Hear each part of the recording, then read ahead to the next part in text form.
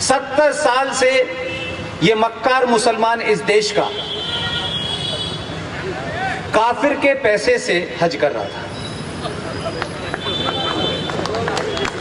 हज के बारे में ये रिजवी साहब बैठे हैं, ये 24 कैरेट के मुसलमान हैं, इसीलिए मेरे साथ हैं।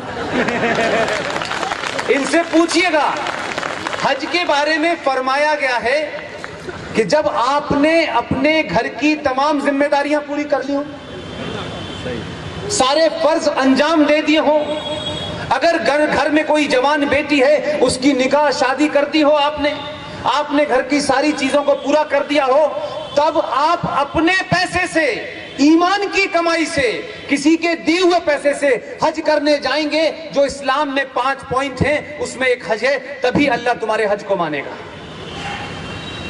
हिंदुस्तान के मुसलमान कहते हैं हमारी 70 साल में बहुत बुरी हालत हो गई, इसलिए नहीं हुई कि हिंदू राजा था यहाँ पर, इसलिए हुई कि तुम ईमानदार नहीं हो, इस्लाम के साथ धोखा कर रहे हो, बहुत तुम्हारा ईमान मुसल्लत नहीं है, इसलिए तुमने काफिर के पैसे से हज सब्सिडी लेके हज तो किया। अल्लाह ने कहा मैंने तो ये नहीं कहा था कि तुम अपने पैसे के अलावा काफिर के पैसे के लेके आओगे तो तुम्हें हज का फायदा नहीं मिलेगा। तुम कितना भी माथे पे काले रंग का रगड़ रगड़ के सजदे में चले जाओ, अल्लाह तुमसे नाखुश है, या अल्लाह तुम्हारी बात नहीं मानेगा। और जब मान रहा था तो तुमने दुनिया के अंदर बहुत कुछ किया था, और हमारा तो अल्लाह के ऊपर यकीन है रिजवी साहब, अल्लाह ने हमें 1000 साल तक गुलाम रखा,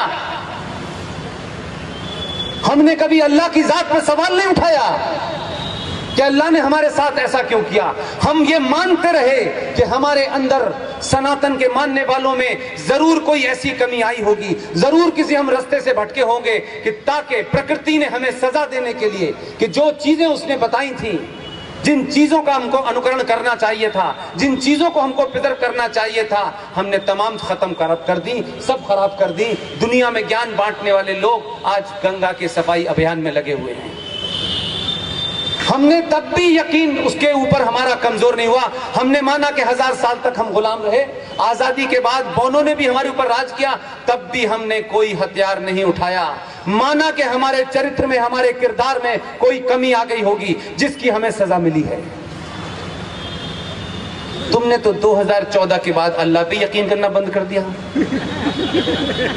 अरे आज भी यकीन करो ना, तुम कहते हो रब्बुल आलमीन कि ये जो पूरा सृष्टि है, जो पूरा ब्रह्मांड है, ये कोई एक ताकत है, तुम उसे अल्लाह कह सकते हो, हम भगवान कहते हैं, कोई क्रिश्चियन कुछ और कह सकता है, लेकिन ये मानते जरूर हैं कि कोई आदर्श सत्ता है जो पूरी दुनिया को चलाती है, हवा चलाती है, रोशनी आती है, सूरज निकलता है, जाड़ा पड़ता है, गर्मी आती है, कोई चला रहा है। हमारा यकीन उस वक्त भी था जब हम 1000 साल तक गुलाम थे, और हमारा यकीन 2014 के बाद भी है। प्रॉब्लम तुम्हारी है, तुम मस्जिदों में दुआ मांगते हो या अल्लाह मोदी को उठा ले, वो नहीं, उसी ने भेजा है, वो क्यों उठाएगा, उसी की मर्जी से आया है। जब ये हवा अल्लाह की वजह से चल रही है, जब वो गोल टोपी वाला उसी ने पैदा किया है, जब रामपुर में एक पागल पैदा किया है, तो भाई ये 2-4 अक्लमंद भी होने चाहिए थे। तो अल्लाह की मर्जी से आया है।